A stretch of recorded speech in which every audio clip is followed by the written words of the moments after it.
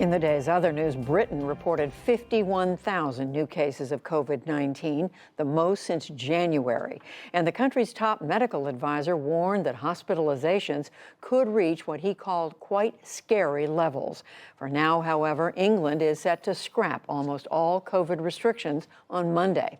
Scotland and Wales will keep mask mandates in place for now. Devastating floods across western Germany and Belgium claim more victims today. At least 125 dead, with hundreds still unaccounted for. Thousands more have been forced to flee after what would typically be 2 months of rainfall falling in 2 days in some places. We'll take a closer look after the news summary. In the western U.S., an inferno in southeast Oregon destroyed nearly 200 homes and outbuildings overnight and threatens 5,000 more. The Bootleg fire is the largest of dozens of wildfires now burning in the U.S. It is so intense that fire crews had to pull back overnight for their own safety. Russia warned today that the U.S. military pullout from Afghanistan is causing chaos across the wider region. The warning came at a conference in Uzbekistan. American envoy Zalmay Khalilzad acknowledged that Taliban forces have captured dozens of Afghan districts, and he called for a ceasefire. The speed with which and the amount of territory that they have acquired is unexpected, but I believe that there is no military solution, despite the progress that the Talibs have made. For the war to end, there has to be a political agreement.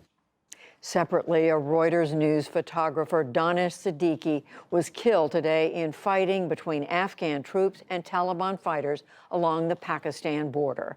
His images of Rohingya refugees in Myanmar won a Pulitzer Prize in 2018.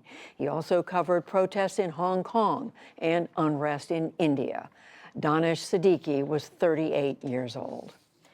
Back in this country, a federal judge in Texas found the DACA program was created illegally by then-President Obama.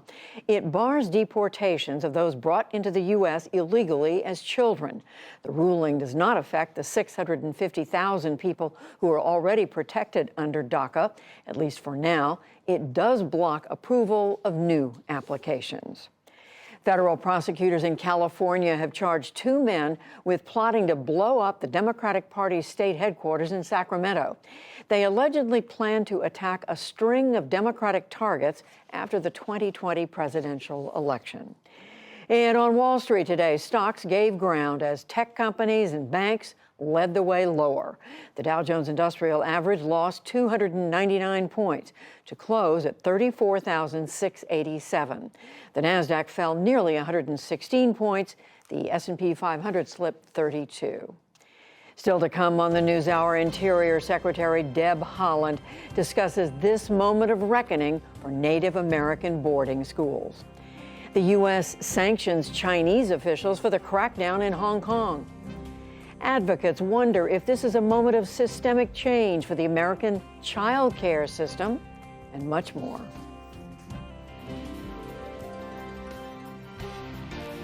This is the PBS NewsHour from WETA Studios in Washington and in the West from the Walter Cronkite School of Journalism at Arizona State University.